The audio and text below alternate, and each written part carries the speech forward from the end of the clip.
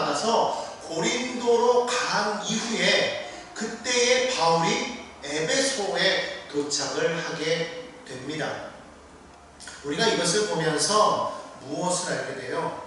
하나님은 사람을 통해서 일하시는데 바울만이 아니라 브리스길라와 아굴라 그리고 아볼로를 통해서도 일을 하고 계시더라는 거예요. 지금 바울이 에베소에 없었지만 그럼에도 불구하고 거기서 하나님은 이 브리스길라와 아굴라를 통해서 아볼로라는 사람을 가르쳐서 고린도 교회로 파송하는 일을 했었고, 그리고 지금 바울이 에베소에 도착했을 때는 이미 아볼로는 고린도에 가서 그들을 잘 양육하고 있었던 것으로 그렇게 말씀을 하고 있어요. 여러분 잘 아는 것처럼 고린도서에서 뭐라고 말하고 있습니까? 나는 심었고 아볼로는 물을 주었으며 자라나게 하시는 하나님이시라. 그렇게 하는 말을 우리가 기억하시죠? 그런 것처럼 바울의 그러한 사명에 어떤 하나의 특징이 있다면 그는 전하는 역할이었다는 거예요. 씨를 심는 역할. 그러니까 그는 가는 곳마다 말씀을 전하면 거기서 씨앗이 심겨져서 조금씩 싹이 나는 이제 그런 상태에서 그 아볼로 같은 경우에는 그 싹이 자라서 잘 자라갈 수 있도록 하는 그러한 역할을 하는 사람이 아볼로였대요. 왜? 아볼로는 어떤 사람이었다고 했어요? 성경에 능통한 사람이었다고 그랬잖아요. 그러니까 성경을 워낙에 잘 알고 있었는데 브리스길라와 아굴라를 만나서 그 성경에서 말하는 것이 누구다? 바로 예수님이다라는 것을 알게 되었다는 거예요. 그래서 그것을 알고 난 이후로부터 시작해서 정확하게 그것을 이 고린도에 가서 사람들에게 말씀을 잘 가르쳐서 잘하게 했다는 것을 우리가 알 수가 있습니다. 우리는 보통 그런 일을 많이 해요. 하나님의 일은 내가 아니면 안 된다 라는 그런 생각을 할 때가 참 많이 있습니다. 그러나 그렇지 않죠. 하나님의 일은 하나님이 하시는 거예요. 단지 우리는 사용되어지는 도구일 뿐입니다. 그렇기 때문에 내가 아니면 안 되는 것은 없어요. 하지만 나에게 주어진 사명이 있다는 것을 우리는 반드시 기억해야 된다. 한번 따라 합시다. 나에게 주어진 사명이 있습니다. 우리는 나 아니면 이것이 안 된다고 생각할 필요는 없어요. 이것이 나이면 안 돼도 누군가는 또 하게 되어 있습니다. 그러나 하나님이 나를 통해서 하고자 하는 그 사명이 있어요. 그것을 빨리 발견해서 우리가 그 사명에 최선을 다하는 것이 우리에게 필요한 부분인 줄로 믿습니다. 그것을 깨닫게 하시는 분이 누구냐? 바로 성령님이시다. 그렇기 때문에 우리가 성령이 우리 가운데 와야 된다는 것이죠. 에베소에 바울이 도착하자마자 그곳에서 만난 제자들은요, 좀 의아했던 것은 분명히 복음을 들은 것 같긴 한데 그들이 정확하게 알고 있지 못했다는 거예요. 예수가 누군지 잘 모르고 있었다는 거예요. 그리고 성령이 무엇인지도 알지 못했다는 거예요. 물어봅니다. 너희들이 믿을 때에 성령을 받았느냐? 라고 그렇게 오늘 본문 말씀을 말하고 있죠. 그들이 뭐라고 말합니까? 우리는 성령이 계심도 알지 못한다. 그렇게 말하고 있어요. 정말 충격적인 일이 아닙니까? 그런 사실 맞아요. 우리가 어떻게 보면 예수를 믿고 나서 우리 한국교회도 초창기에는요 성령에 대해서 잘 몰랐어요. 그래서 우리 오순절 교단이 들어와서 성령에 대해서 강력하게 얘기했을 때 초창기에는요 이단이라고 이야기를 할 정도였어요. 왜냐하면 예전에 있었던 분들은 뭐라고 했냐면 성령의 사역은 이미 중세시대 때 끝났다는 거예요.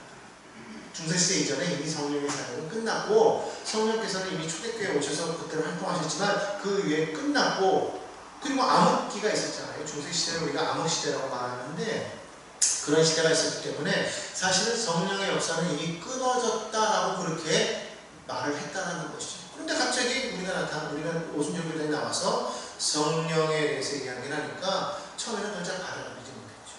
그러나 우리가 성경 연구하는 가운데 결국에는 그 성경이 뭐라고 말하고 있습니까? 하나님께서 이른비와 늦은비를 주신다고 말씀하셨잖아요. 그래서 초창기에 있었던 그런 이른비, 성령의 역사를 우리가 이른비라고 말한다면 오늘날 일어나고 있는 이 성령의 역사를 늦은비라고 말할 수가 있는 거예요. 그런 성령의 역사가 지금도 우리 가운데 강력하게 역사하고 계심을 우리가 이제는 알고 지금 각 교회마다 성령을 인정해요. 그래서 이제는 꼭 우리 오순절 교단뿐만 아니라 모든 교단이 다 성령을 인정하고 그분과 함께 사역하는 그런 일들을 지금 벌이고 있다는 것이죠. 그러니까 당신은 어땠겠습니까? 더더군다나 성령이 있음도 알지 못했기 때문에 그들이 정말 회개는 열심히 했어요. 그렇지만 이것이 무엇을 위해서 어디를 향해서 회개를 해야 되는지 정확하게 알지 못했다는 거예요. 그럴 때 바울이 와서 그들에게 정확하게 이야기를 합니다. 그런데 오늘 바울이 이렇게 말하죠. 3절에 보니까요. 자, 너희가 그러면 성령의 계심도 모른다고 했으니 그럼 너희가 도대체 세례를 받았다고 했는데 무슨 세례를 받았습니까? 라고 이렇게 물어봤어요. 그들이 뭐라고 대답합니까? 요한의 세례입니다. 그렇게 말을 했다. 여러분, 요한의 세례는 무엇이죠? 요한의 세례는 오늘 4절에 나와 있어요. 바울이 이르되 요한이 회개의 세례를 베풀며 라고 그렇게 말했다. 한번 따라합시다. 회개의 세례. 마가복음 1장 4절에도 보면 이렇게 말하고 있어요. 세례 요한이 광야에 이르러 죄 사함을 받게 하는 회개의 세례를 전파하니. 그러니까 너희가 죄 사함을 받고 회개하고 죄 사함을 받으라 그렇게 얘기했는데, 그래서 그 세례 요한이 전한 게 뭐예요? 회개하라, 천국이 가까이 하다 그렇게 말했잖아요. 그런데 거기까지였다라는 거예요. 거기까지였고, 그리고 나서 그가 한 말이 있었어요. 뭐냐면 내 뒤에 오시는 분이 있다라고 이렇게 말을 했다. 내 뒤에 오시는 분이 있다. 마가복음 1장 7절에서 8절 계속해서 말합니다. 그가 전파하여 이르되 나보다 능력 많으신 이가 내 뒤에 오시나니. 나보다 능력이 많으신 그분이 내 뒤에 오시나니. 그런데 오늘 사도행전 19장 4절에서는 뭐라고 말하냐면 바울이 이르되 내 뒤에 오시는 이를 믿으라 하였다 이렇게 말하고 있어요. 그러니까 마가복음이나 다른 복음서에 보면은 내 뒤에 오시는 이가 있다라고는 말을 했는데 바울이 정확하게 들은 거겠죠. 그런데 그가 계속해서 뭐라고 말하느냐? 그를 믿어야 한다 그렇게 말을 했다는 거예요. 그런데 중요한 건 뭐냐면 요한은 누군가가 온다라는 걸 알았어요. 그리고 그가 어떤 일을 하느냐? 마가복음 7장에서 1장 7절로 8절에서 계속해서 이렇게 말해요. 나는 굽혀 그의 신발끈을 풀기도 감당하지 못하겠노라 하면서 8절에 나는 너희에게 물로 세례를 베풀었거니와 그는 너희에게 성령으로 세례를 베푸실 것이다. 그러니까 다시 말하면 이 침례 요한은요 자기 뒤에 누군가가 올 거를 알고 있었어요. 왜냐하면 그는 구약의 예언에 정통했었던 그런 사람이고 하나님께서 그에게 그걸 말씀하셨던 것을 그가 받아서 이것을 전하였기 때문에 반드시 그 예언이 이루어질 걸 알았고 말라기 예언대로 그때에 하나님께서 다시금 이 선지자를 보내서 예수 그리스도의 오심을 전파할 것이라고 말했기 때문에 바로 이 성경에서도 바로 이 침례 요한이 바로 그와 같은 역할을 할 것인데 그는 그것을 분명히 알고서 전파했다고 알고 있었다는 것이죠. 그런데 문제는 뭐냐? 세례 요한은 누군가가 내 뒤에 오는 것은 알았는데 그분이 누구였는지는 확신하지 못했더라고요. 사실 예수님이 오는 걸 바라보면서 그가 얼핏 짐작했어요. 보라, 하나님의 어린아이다. 그러면서 그가 요한에게 침례받으러 왔을 때에 그때에 예수님께서 침례를 받으려고 하니까 요한이 뭐라고 말해요? 내가 오히려 당신에게 침례를 받아야 될 텐데 왜 내게 침례를 받으려고 하십니까? 했을 때 예수님께서 말씀대로 행하라 그래서 침례를 받으시잖아요. 그때만 해도 침례 요한은 이분일 거야 라고 생각을 했다는 것이죠. 그런데 시간이 지나면서 자기가 생각했던 것과는 뭔가 좀 다른 거예요. 뭔가 와서 변화가 일어나야 되는데 그런 게 있지는 않아요. 그런 상태에서 지금 이 세례 요한이 그 일을 행하다가 그만 헤롯에게 미혹을 사서 어디로 들어가게 됩니까? 감옥에 갇히게 된다는 거예요. 근데 그가 감옥에 갇혀 있으면서 그가 제자들을 예수님께 보내서 한 말이 있어요. 마태복음 11장 2절에서 5절 말씀을 이렇게 말해요. 요한이 옥에서 그리스도께서 하신 일을 들었단 말이에요. 예수님이 하신 일을 들었어요.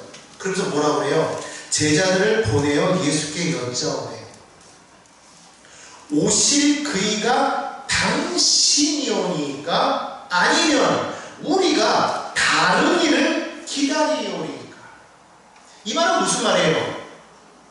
지금 요한이 예수가 한 일을 듣고 지금 그가 이분이 그리스도야 확신을 했다는 말이에요? 아니면은 긴가민가 했다는 거예요? 긴가민가 했다는 거예요. 당신이 그분입니까? 아니면 우리가 다른 사람을 기다려야 됩니까? 이렇게 지금 말했다는 거예요. 이 말은 무슨 말이냐면 예수님이 행한 일을 들었는데 뭘 들었다는 거예요? 자기가 생각했던 그것과는 뭔가 좀 달랐다는 것이죠.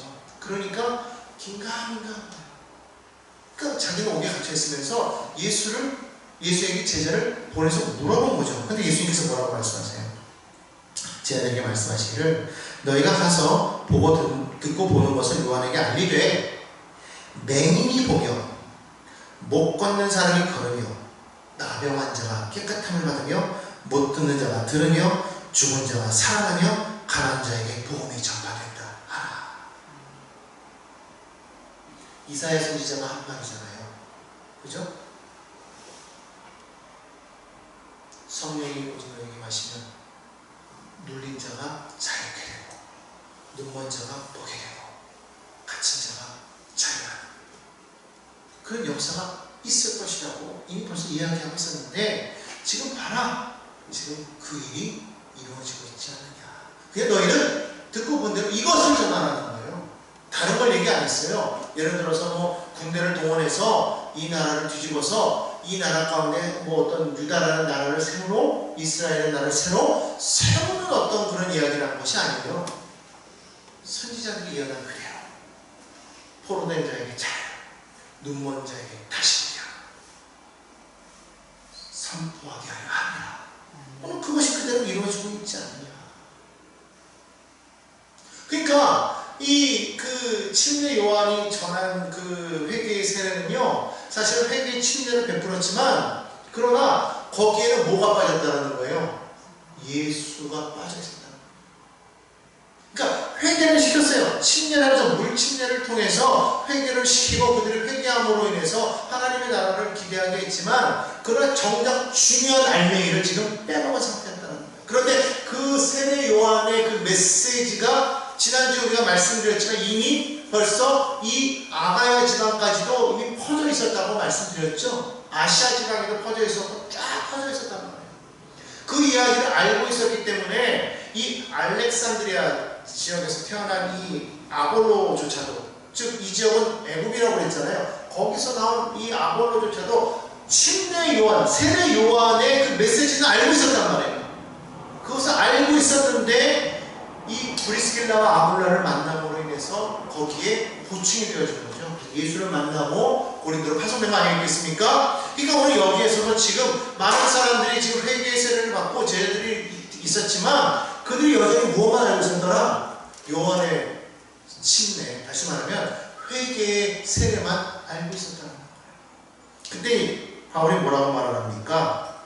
바로 그 요한이 말한 그 내 뒤에 오시는 이가 누구냐? 그가 바로 예수다라고 4절에 말을 하고 있는 거예요. 내 뒤에 오시는 이를 믿으라 하였으니 이는 곧 예수라. 이제 비로소 거기서 누가 나오는 거예요? 예수가 나오게 되었다는 거예요. 사도행전 2장 38절, 우리가 지난번에 그 베드로가 나와서 성령을 받고 베드로가 나와서 설교할 때에 많은 사람들이 마음에 찔림을 받아서 우리가 어떻게 해야 되겠습니까? 라고 말할 때 베드로가 했단 말을 여러분 기억하십니까? 사도행전 2장 38절 이렇게 말하고 있죠. 베드로가 말하네 너희가 회개하여 각각 예수 그리스도의 이름으로 세례를 받고 죄사함을 받으라. 그리하면 성령을 선물로 받을 것이다. 이렇게 말했다. 그러니까 여러분 우리가 분명한 것은 뭐냐면 우리가 회개하는 것만으로는 안 된다는 거예요. 뭐가 있어야 돼요? 회개하여. 성경 말하죠. 너희가 회개하여 각각 무엇으로? 예수 그리스도의 이름으로 세례를 받고 죄사함을 받으라. 자, 여기까지. 구원은 뭐예요? 예수 그리스도의 이름을 믿고 세례를 받으면 뭐를 받는다? 죄사함을 받는다. 자, 그런데 그러면 무엇이 날 것이다? 그러면 성령의 선물을 받는다. 이렇게 말하고 있습니다. 그럼 한번 정리해 볼게요. 여러분 무작정 회개한다고 구원받습니까?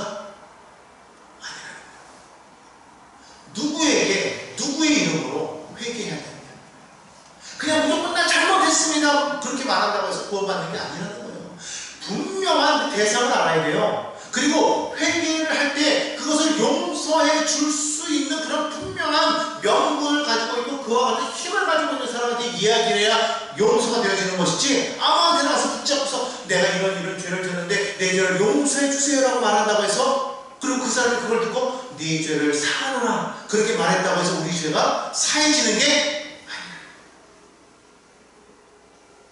그러니까 무조건 물침례를 받은, 예수님을 알기 전에는 물침례를 받았어도 그들은 뭘 해야 되냐면 날마다 하나님 앞에 나와서 그들은 늘 제사를 드리고 그들의 죄를 그 앞에 고백을 해야 됐었단 말이에요. 그런데 이제 예수 그리스도 이후에는 어떻게 됐습니까? 예수님께서 십자가에 달려 죽으심으로 말미암아 우리에게 죄진 모든 죄를 다 청산해 버리셨다. 그래서 이 성전 사이에 있던 그 휘장을 어떻게 했다고 했어요? 다 위에서부터 아래까지 가난한 죄다. 그러니까 이전에는요, 예수님 이전에는 죄 지은 사람이요 하나님의 지성소에 들어갈 수가 없었어요. 성전에조차 들어갈 수 없었어요. 거기 누가 들어갔어요? 제사장만. 그것도 대제사장만 지성소에 1년에 한 번 이 대제사장이요 거기를 들어가서 회개의 기도를 합니다. 그런데 그때 들어갈 때는 반드시 대제사장에게도요 발에 줄을 달았어요. 그리고 대제사장의 그 입은 옷에는요 이 성녀 바울이 이렇게 돌아가면서 이렇게 달려있는데 움직일 때마다 딸랑딸랑 소리가 났단 말이에요. 왜 그렇게 했느냐? 안에 들어갔을 때 제사장이 이렇게 걸으면 제사장이 지금 뭘 하는지를 소리로 알 수 있단 말이에요. 근데 소리가 안 나면 어떻게 되는 거예요? 죽는 거예요. 그럼 어떻게 돼요? 발에 끈을 묶었기 때문에 못 들어가니까 줄을 잡아당겨서 그를 꺼내야 돼요. 그러니까 대제사장조차도 온전하지 않으면요 들어가서 죽는 거예요. 그러면 우리는 오죽하겠습니까? 아무나 나갈 수가 없었던 것이죠. 하나님의 얼굴조차도 볼 수 없었던 거예요. 오죽했으면 이사야가 주님의 음성을 듣고 나서 뭐라고 그랬어요? 바로다. 내가 주의 얼굴을 배웠다. 나를 죽게 되었다. 그렇게 말하잖아요. 그 정도였는데 예수님께서 저 십자가를 탁 지시면서 어떻게 해요? 성소의 휘장을 쫙 달아버렸어요. 그래서 히브리서 10장에는 뭐라고 말하고 있어요? 우리가 예수 그리스도를 힘입어 성소에 들어갈 담력을 얻었다. 예수님. 그러니까 아무에게나 아무의 이름으로나 용서해 주세요라고 말한다고 해서 우리가 죄사 받는 것이 아니라 예수의 이름으로 우리가 그 이름 힘입어서 우리가 회개할 때, 그때 예수의 이름으로 우리가 세례를 받을 때 우리가 죄사함을 받게 된다는 거예요. 그런데 중요한 거는요, 이것과 성령의 세례는 달라요. 물론 성령이 예수가 그리스도임을 깨닫게 하는 거기 때문에 우리가 성령으로 말미암지 않고는 우리가 예수가 그리스도임을 우리가 알지 못하지만, 그런 중요한 건 뭐냐면 바울은요 이 성령의 오심이 구원 사역과 연결되어 있다고 그렇게 보았지만, 여기서 말하는 누가는요 성령의 침례를 다르게 해석했다는 거예요. 그게 뭐냐? 성령의 오심은 구원의 문제가 아니라 성령의 오심은 우리로 하여금 이 선교적인 사명을 감당하기 위해서 보내셨다는 거예요. 그래서 바울은 고린도전서 12장 13절에서 이렇게 말하죠. 우리가 유대인이나 헬라인이나 종이나 자유인이나 다 한 성령으로 세례를 받아 한 몸이 되었다고 그렇게 말하고 있거든요. 다시 말하면 성령의 침례를 바울은 어떻게 보았냐면 그리스도의 몸으로 영접하는 구원이라고 이렇게 보한 반면에, 누가는 어떻게 해석했냐면 사도행전 1장 8절 말씀하시죠. 오직 성령이 너에게 임하시면 너희가 권능을 받고 예루살렘과 온 유대와 사마리아와 땅 끝까지 이르러 내 증인이 되겠다고 말했잖아요. 그러니까 다시 말하면 누가가 말하던 성령의 임재는 뭐냐면, 이미 구원받은 우리가 다시 말하면 회개하고 예수의 이름으로 세례를 받은 자가 성령을 선물로 받게 되는데, 그 성령이 임하면 어떤 일이 생기느냐? 성도가 자기에게 주어진 사명, 즉 다시 말하면 선교적인 사명을 감당할 수 있습니다. 그렇게 지금 누가는 이야기하고 있다는 거예요. 그러니까 우리가 성령을 받아도 되고 안 받아도 되고 뭐 어떤 그런 이야기를 말을 하는데, 사실 성령은 우리가 받겠다고 해서 받아지는 게 아니고 우리가 받기 싫다고 해서 안 받아지는 게 아니에요. 단 성령을 받기 위한 조건이 있다는 거예요. 뭐냐? 회개해야 돼. 누구의 이름으로? 예수의 이름. 예수님 앞에 나와서 그분 앞에 회개하고 예수의 이름으로 물질을 받아야만 그 이후에 하나님께서 우리에게 성령을 부어 주시겠다는 거예요. 그러니까 다시 말하면 성령의 임재는요, 누구에게나 열려있고 누구에게든지 성령이 임하시겠지만, 그러나 조건이 있다. 어떤 조건? 회개해야 된다. 그리고 침례를 받아야 된다. 세례를 받아야 된다는 거예요. 예수의 이름으로. 그런 사람에게 성령을 주시는데, 중요한 건 뭐다? 성령은 선물이라는 거예요. 우리가 구한다고 해가지고 주시는 게 아니고 우리가 받기 싫다고 해서 안 받아지는 게 아니에요. 그러니까 여러분이 분명한 것은 뭐냐면, 성령이 우리에게 임하시는데 성령은 내 마음대로 받는 것이 아니기 때문에 뭐 받아도 되고 안 받아도 되고가 아니에요. 그건 우리가 결정할 수 있는 게 아니에요. 성령이 주시면 뭐 내가 아무리 거부해도 내 안에 임할 수밖에 없다는 것이죠. 그러면 왜 여기서 누가는, 그리고 바울은 왜 에베소 교회의 사람들에게 성령에 대해서 이렇게 강조를 하고 있었냐는 거예요. 바로 그것은 성령은 하나님께서 하신 약속이기 때문에, 우리가 사도행전 2장 16절에서 18절에 보면 이 요엘 선지자가 약속했던 그 말씀을 가지고서 이야기했던 그 내용이 나오는데, 구약 선지자의 그 말인데 여러분 잘 아는 말씀이죠. 사도행전의 말씀으로 제가 한번 읽어보겠습니다. 2장 16절에 있어요. 이는 곧 선지자 요엘을 통하여 말씀하신 것이 일러스되, 하나님이 말씀하시기를, 하나님의 말씀입니다. 말세에 내가 내 영을 모든 육체에 부어주리니 너희의 자녀들은 예언할 것이요 너희의 젊은이들은 환상을 보고 너희의 늙은이들은 꿈을 꾸리라. 그때 내가 내 영을 내 남종과 여종들에게 부어주리니 그들이 예언할 것이요. 그러니까 자세히 보십시오. 성령이 임하심으로 말미암아 그들이 뭐하게 된다는 거예요? 꿈을 꾸고 환상을 보고 예언을 한다. 근데 그것을 어린아이로부터 청년부터 시작해서 노인들에게까지 다 주는데, 그때 뭐라고 말하고 있냐면 내 영을 내 남종과 여종에게 주겠다고 말하고 있었다. 그러니까 여기 나와 있는 이 모든 사람들은 하나님의 종인 거예요. 여기서 말하는 종은 단순히 목회자만을 말하는 것이 아니라 모든 믿는 사람들을 말하는 거예요. 내 남종과 여종에게 내가 성령을 주는데 그 성령이 임하면 어떻게 말하겠다는 거, 말이 바뀐다는 거예요. 어떻게? 주님이 주시는 그 비전을 말한다는 거예요. 환상을 보는 거예요. 예언을 하는 겁니다. 여러분, 예언이라는 게 단순히 미래에 일어날 일만 말하는 것이 아니라 하나님의 말씀을 대언하는 것을 말해요. 그러니까 예언하는 사람들에게는 이게 중요한 게 뭐냐면, 예언은요, 이 교회에 덕을 세운다고 이렇게 성경을 말하고 있거든요. 그러니까 방언하는 사람, 방언의 유익은 뭐냐면 자신에게 유익이 되는 거예요. 내가 방언을 함으로써 내 안에 유익을 세워나가지만 남에게는 유익이 될 수가 없는 것이, 그 말을 사람들이 알아듣지 못하니까 유익이 안 되잖아요. 성경은 뭐라고 말하느냐? 그러나 남에게 유익이 되는 것이 있으니까 예언하는 거라고 그랬어요. 근데 우리 여기 성경을 보니까 성령이 오시면 방언만 말하는 것이 아니라 뭐도 하더라? 예언도 한다. 그러니까 방언도 말하고 예언도 말하는데, 그 예언은 뭐다? 교회의 덕을 세우고, 교회의 덕을 세워서 교회가 서가도록 단단하게 만드는 게 예언이에요. 그러니까 어떤 분들이, 여러분의 영적인 분들에게 정말 필요한 게 뭐냐면, 어떤 분들이 예언을 한다고 하면서 자꾸만 막 신실하다고 막 예언을 하는데 자꾸만 그냥 막 비판을 해요. 그래서 자꾸만 뭐 분열을 일으키고 자꾸 뭐가 잘못됐다고 막 책망하고 막 그러잖아요. 물론 정말 책망이 필요할 때가 있겠지만, 그런 정말 중요한 건 뭐냐면 그 말이요, 정말 교회를 세우는지 안 세우는지 보면 알아요. 책망을 해도요, 성령께서 주셨는데 책망해라고 해서 책망을 하잖아요. 그럼 어떤 일이 생기느냐? 받고 깨져요. 그래서 눈물이 쫙 나면서 회개해요. 그리고 정말 단단해집니다. 아, 우리가 잘못했구나. 기도하자. 우리 평양 그 장대원 교회에서 부흥회가 막 일어나고 있을 때 그 길선주 장로님이 일어나셔가지고 그분이 자신의 죄를 쫙 고백하며 회개하는데 그때에 사람들이 막 찔림이 있었다고 했어요. 그러더니 갑자기 그 있는 그곳이 막 성령이 많은데 다 막 회개하고 자기 잘못을 막 고백하고 그런 역사가 나타났다고 했어요. 그러니까 여러분 이 성령이 임하면요 때로는 그럴 때가 있잖아요. 그러니까 성령이 임하였을 때 이것이 교회의 덕이 되는 그런 말씀인데 때로는 위로의 말씀이 될 때도 있고 때로는 칭찬의 말씀이 될 때도 있고 때로는 권면의 말씀이 될 때도 있고 때로는 책망의 말씀이 될 때도 있고 때로는 장래의 일에 대한 얘기가 될 수 있어요. 왜? 꿈과 환상이 있으니까. 그런데 거기에는 반드시 뭐가 필요하더라? 교회가 단단히 세워져 가라.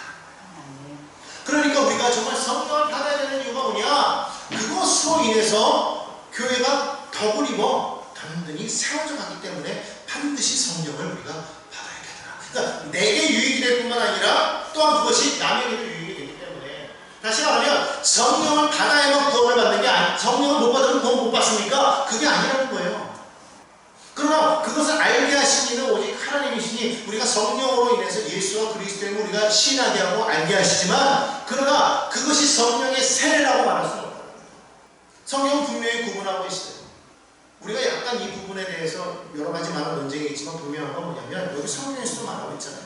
너희가 주 예수의 이름으로 세례를 받으면 다시 말하면 베드로도 말하잖아요. 회개하여 예수의 이름으로 세례를 받고 죄사함을 받고 그러면 성령을 선물로 받으리라. 오늘도 바울도 말하잖아요. 너희가 회개세를 베풀었는데 그 세례를 받고 나면 뭐하라? 성령을 선물로 주시겠다. 5절 봅니다. 그들이 듣고 주 예수의 이름으로 세례를 받았대요. 이제 드디어 들었어요. 6절에 뭐라고 말합니까? 바울이 그들에게 안수함에 성령이 그들에게 임하셨다. 그러니까 우리가 예수 이름으로 세례를 받고 우리가 회개의 죄사함을 받은 이후에 성령이 임할 수 있는 거예요. 이해가 되시죠? 그러니까 성령을 못 받으면 내가 구원 못 받는 겁니까? 그건 아니에요. 그러나 성령을 받으면 반드시 뭐가 뒤따라요? 내 안에 성령이 오셔서 나로 하여금 사명자가 되게 하시는 거예요. 전하지 않을 수가 없는 거예요. 그러니까 베드로가요 얼마나 겁이 많은 사람이었습니까? 아마 베드로를 보면 저랑 똑같은 말이에요. 겁이 참 많은 사람이에요. 그런데 성령이 임하니까 어떻게 됐어요? 그냥 뛰쳐나가잖아요. 그렇게 숨어있던 사람들이 그렇게 벌벌벌 떨면서 숨어있던 사람들이 예수님 그 현장에서 베드로는 도마는 당당하게 들어갔는데 베드로는 막 겁먹어가지고 어린 종이 와서 너도 저 사람과 같은 편이지 그랬을 때 아니라고 나중에는 막 저주까지 했던 사람이 베드로잖아요. 그랬던 베드로가 어떻게 됩니까? 뛰쳐나와가지고 그 많은 사람들 앞에서 당당하게 외치잖아요.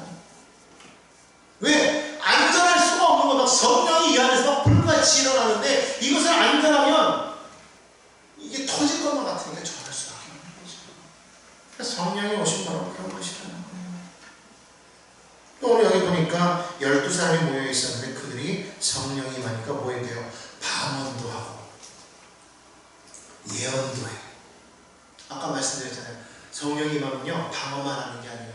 방언도 하고 예언이라는 게 단순하게 그냥 미래의 일만 얘기하는 게 아니라고 말씀드렸어요. 하나님의 말씀을 대언하는 것이라고 했어요. 하나님의 말씀을 대언하면 어떤 유익이 있다고 했어요? 교회가 더 성장돼요. 교회가 단단해지게 돼요. 그러니까 자 보십시오. 성령이 임하면 내게 유익이 있다. 따라해주세요. 성령이 임하면 나에게 유익이 있다. 그러니까 성령을 내가 왜 받아야 되냐 말아야 되냐 막 눈치 보면서 꼭 성령을 받아야 됩니까? 아니요. 근데 성령을 받으면 내게 뭐가 있어요? 유익이 있다. 그리고 성령을 받으면 교회에 유익을 끼칠 수 있다. 성령을 못 받는다고 해서 구원을 못 받은 게 아니에요. 이미 우린 예수 이름을 믿음으로 구원을 받았어요. 계속해서 나옵니다. 누구든지 주의 이름을 부르는 자는 구원을 얻으리라. 베드로가 사도행전 2장에서 계속해서 얘기한 거예요. 누구든지 주의 이름을 부르는 자는 구원을 받으리라. 예수의 이름에 구원이 있단 말이에요. 그러니까 주의 이름을 알고 예수의 이름으로 세례를 받고 주의 이름을 부르는 그 자는 이미 죄사함을 받았기 때문에 구원을 그러면 저와 여러분 구원 받았습니까? 안 받았습니까? 받은 거예요. 받았는데 뭐가 없는 거냐? 성령이 없다? 그러면 내 안에 아직 뭐가 없어요? 주의 사명을 감당할 수 있는 그런 게 없을 뿐만 아니라 뭐가 없어요? 일단 유익이 조금 부족한, 구원은 받았으나 내 안에 어떤 유익이, 미칠 수 있는 유익이 적다. 없지는 않겠죠. 있지만 그것이 적어요. 그러나 성령이 임하시면 유익이 있어요. 내게 유익이요? 상대방에게. 성령이 내 안에 임하시면 내가 믿음으로 단단해지죠. 강건해져. 어떠한 상황 속에서도 흔들리지 않아요. 예수와 날마다 동행하게 돼요. 왜? 성령이 계속해서 알게 하십니다. 그러니까 그런 사람은 날마다 그분을 인정하고 모셔드리고 환영하고 계속 함께 동행하며 나아가는 거예요. 근데 여러분 이게 헷갈리면 안 되는 게 뭐냐면 성령을 받았다고 해가지고 이것이 뭐 내가 완전히 인격적으로 확 바뀌어버리느냐? 그건 아닌 거예요. 성령이 내 안에 왔으면 완전히 내가 성령으로 완전히 확 바뀌어버리는 거야. 성령이 내 안에 임재하셔가지고 그분이 나를 다스리지만 내가 그분을 의식으로 밀어버리면 내가 변하지 않아요. 그러니까 날마다 그분께 나를 완전히 맡겨버려야 된다. 완전히, 그러니까 성령을 받으면 영적으로 성숙하겠지? 보장되어 있는 게 아니라는 거예요. 성령이 임하면 내가 성령과 날마다 동행하면 계속해서 우리가 성장할 수 있어요.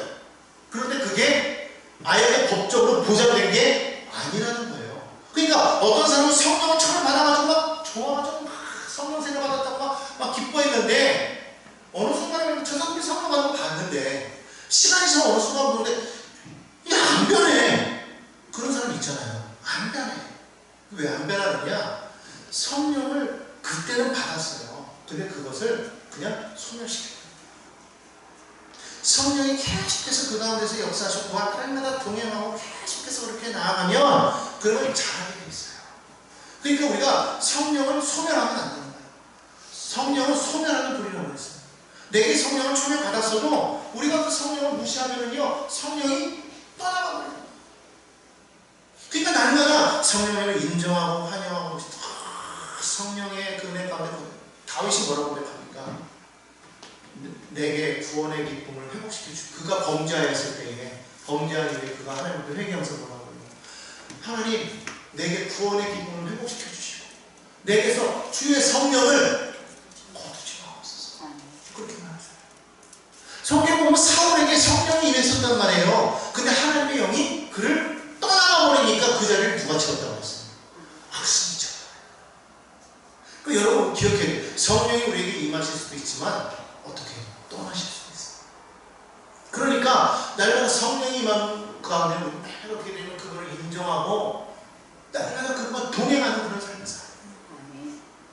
그러지 않고 어느 순간에 이 믿음이 교만해질 때가 있어요. 성령이 임하였는데 그것이 마치 내 능력인 줄 알고 마치 성령을 인격적으로 생각하지 않고 마치 성령을 힘, 파워, 능력 이거로만 생각해가지고 이게 자칫 교만해질 때가 있어요. 뭐 남들보다 방언도 많이 하고 능력도 나타나고 그러니까 어느 순간에 막 교만해져가지고 내가 하는 것처럼 생각해가지고 까딱까딱 해요. 그럴 때는 성령이 떠나가고 악심이 나는 거예요. 그러니까 여러분 정말 조심해야 될 게 뭐냐면 이게 정말 행하면서도 내가 드러나게 되면 그러나 그 가운데 성령이 드러나고 그러면서 하나님께서 그 행하신 역사를 통해서 나는 아무것도 아니고 오직 하나님만이 영광 받으십시오라는 이런 고백이 온전히 나오게 될 때 그리고 교회의 유익이 세워질 때 그 사람은 성령으로 충만한 사람입니다. 그래서 우리는 그 사람을 보면서 그 사람이 어떠한 열매를 맺는가를 보는 거예요. 저 사람은 저런 열매를 맺었구나. 성령의 사람이구나 알 수 있는 거지.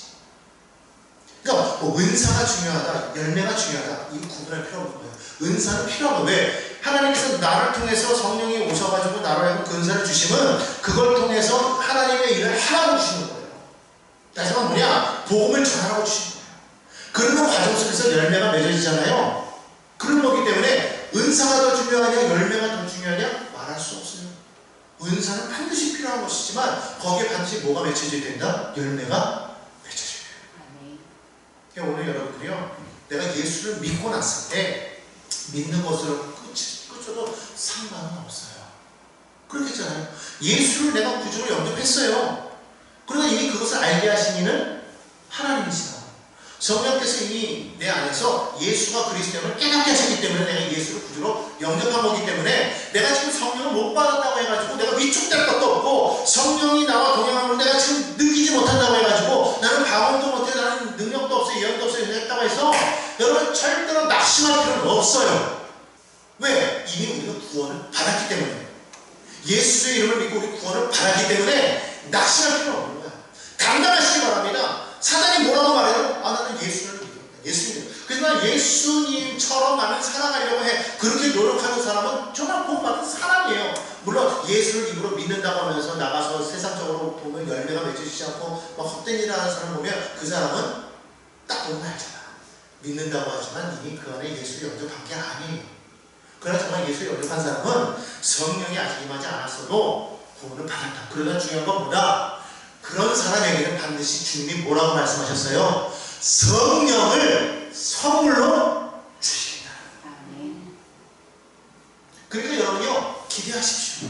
성령 받으신 분들은요, 성령께서 내 안에서 역사하시도록 그분을 인정하고 그분을 환영하고 모셔드리고 의지하고 그분이 나를 어떻게 사용하실지를 자꾸 기대하시고 나를 그분에게 내어맡기세요. 그래서 성령님 나를 도와주시고 내가 성령님 나를 인도해서 성령님과 자꾸 교통하는데, 성경에 보면 우리 주 예수 그리스도의 은혜와 하나님의 사랑과 성령의 교통하신 너희 우리 가운데 있을지다 바울이 그렇게 말하잖아요. 성령이 와서 행하시는 게 뭐냐면 우리와 교통하시는, 교통이라는 게 뭐냐면 이게 코이노니아라고 이렇게 표현합니다. 코이노니아는 뭐냐면 교제예요, 교제. 그러니까 성령의 교통하시는 무슨 뭐 신호등을 이렇게 만들어가지고 이렇게 지나가는 이렇게 하는 그런 교통이 아니라 우리와 교제하신다. 그러니까 성령이 오셔서 우리가 교제하실 때 우리 날마다 성령님과 교제하는 자가 되어야 되는 거예요. 에녹처럼, 에녹이 어떻게 하나님과 동행하였을까? 성령님과 함께 있다는 것이죠. 그러니까 우리는 항상 성령이 내게 오셔서 나를 인도하시고 날마다 성령께 말씀하는 거예요. 그래서 그분과 날마다 교제하면서 그렇게 나아가면 우리는 믿음 안에서 그러니까 여러분 성령이 오시면 우리를 단단하게 하고 든든하게 하고 우리를 새롭게 하고 정말 믿음의 군사로 굳건하게 설 수 있게 하고 주의를 감당하게 하기 때문에 성령은 반드시 받으면 좋다. 근데 못 받았다고 여러분 낙심하지 말자. 그러나 기대하시라.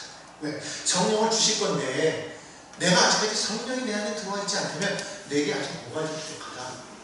내가 주님을 믿는다고 하면서 입술로만 믿는 것은 아닌가, 말로만 한 것은 아닌가, 내가 회개하겠다고 하면서도 내가 정말 회개하지 못한 건 아닌가, 그걸 돌이켜보지 않는 거죠. 그럼 분명한 건 회개했으면 예수의 이름으로 세례를 받았으면 성령은 반드시 주신다는 거. 내가 받을 만한 뭐 자격 그런 거 필요 없어요. 자격은 주님이 주신 거예요. 주님이 주신 거예요. 이미 우리는 더러운 그릇인데 이 그릇을요 주님이 새 그릇으로 바꿔버리신 거예요. 내 그릇은 여전히 더러워요. 근데 예수님이 내 안에서 십자가의 보혈로 막고 계시기 때문에 하나님이 보실 때는 나는요 깨끗한 거예요. 그러니까 그분이 새 그릇으로 딱 만드셔가지고 받아주시니까 우리는 깨끗한 거지. 그러니까 여러분 결코 우리가 뭐 성령 받아서 뭐 받아야만 뭐 된다고 막 고민하지 마시고 성령은 하나님의 선물이기 때문에 우리는 뭐만 하면 되냐면 날마다 예수님을 인정하고 그분 앞에서 정말 온전한 믿음으로 정말 내 진심을 다해서 회개하고 말씀을 믿고 의지하고 나아가면 성령은 반드시 오신다. 그리고 예수님께서도 약속하신 거 아니에요? 내가 가면 곧 다른 보혜사를 너에게 보내주겠다고 말씀하셨거든요. 바로 그것이 뭐예요? 아버지께서 약속하신 성령이라고 말씀하고 있어요.